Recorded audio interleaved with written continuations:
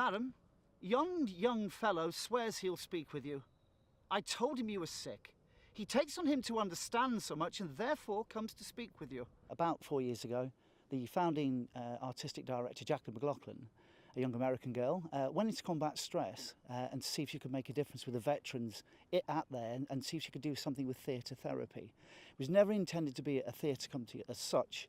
It was more of can I engage, can I do something with the guys? What came from it, no one ever expected. I think within 4 months of getting the guys together, and that was a challenge in itself, a play emerged and we realised we had something. It was engaging with the guys. They didn't have to be themselves in that dark world anymore because most of the guys, would have mental trauma of such. And all of a sudden, you had a theatre company that we wanted to share with the rest of the armed forces community. I told him you were asleep.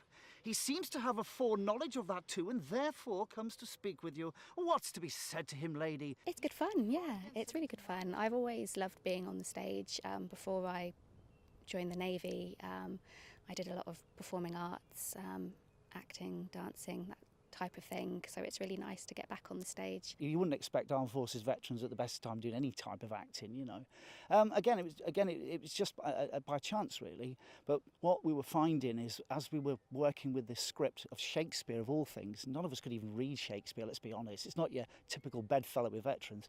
Tell him he shall not speak with me. Has been told so. He says he'll stand at your door like a sheriff's post and be the supporter to a bench.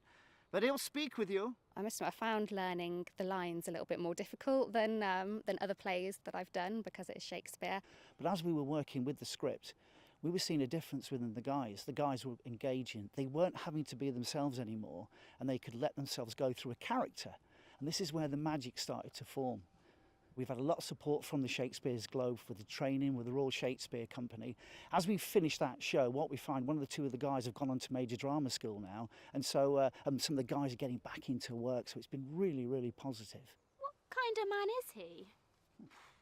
Why, of mankind. Of what manner of man?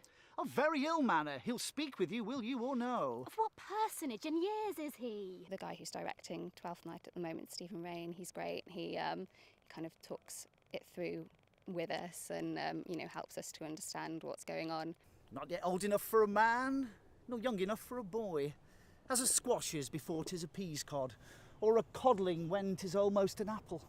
Take the whole incentive out there to the armed forces community, to the veterans community, and say, look guys, it's really worked for us. If you engage in something like this, it might just change your way of looking at life again.